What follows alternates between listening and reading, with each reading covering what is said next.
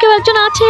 কই কই? আরে পাগলি, ঘরের চাল ফুটো হয়ে বৃষ্টির জল চুয়ে চুয়ে দেয়াল বেয়ে পড়ছে বলে ওরকম মনে হচ্ছে। দাঁড়াও, আমি মুছে দিচ্ছি। রাতুল, আমার কিন্তু খুব ভয় লাগছে। লিনাও বাড়িতে নেই, তার উপর তোমার পায়ের এই অবস্থা। আরে পাগলি, ভয় পেও না, যাও তুমি গিয়ে শুয়ে পড়ো, আমি দেখি এটার একটা ব্যবস্থা করে আসি। তুমি এই পা নিয়ে একা সিঁড়িতে উপরে উঠবে কিভাবে? আস্তে আস্তে উঠতে পারবো, তুমি চিন্তা করো না, তোমাকে বাইরে আসতে হবে না, তুমি গিয়ে শুয়ে পড়ো, যাও। বাবা গো, এই ভাঙা পা নিয়ে উপরে ওঠা কি চারটেখানি কথা? সিঁড়ি বেয়ে উঠে যেখান দিয়ে পানি পড়ছে সেখানে এই বালতিটা বসিয়ে দিয়ে আসি। ভাঙা টালিগুলো সব পাল্টে দিয়েছি, আশা করি আর ঘরে পানি পড়বে না। এই নে, এই টাকাগুলো রাখ, কাজে লাগবে। আরে এখন লাগবে না, লিনা আগে বাড়ি আসুক, তখন ওর কাছ থেকে নিয়ে নেবো। ঋতু, চলো ঘরের দেওয়ালগুলো রং করে দিই, তাহলে দেখতে ভালো লাগবে। হাই রে, ঘরটার কি অবস্থা! আল্লাহ যদি কোনোদিন চাই তাহলে সুন্দর একটা বাড়ি বানাবো। এখন আপাতত দেওয়ালগুলো রং করে দিই। তুমি রং করো, আমি তারে কাপড়গুলো ধুয়ে দিই। আরে এটা কি? চিঠি? এটা তো লিনার চিঠি। ভাইয়া ভাবি, জানি তোমাদের আমাকে ছাড়া থাকতে কষ্ট হচ্ছে, আমারও তোমাদের ছাড়া থাকতে খুব কষ্ট হচ্ছে। চিন্তা করো না, 1 মিলিয়ন হয়ে গেলেই আমি ফিরে আসবো। 1 মিলিয়ন হতে আর মাত্র কয়েকটা সাবস্ক্রাইবার বাকি আছে। প্লিজ বন্ধুরা, তোমরা বেশি বেশি করে সাবস্ক্রাইব করো, না হলে যে তোমাদের প্রিয় লিনাকে আর ভিডিওতে দেখতে পাবে না। আরে বাহ,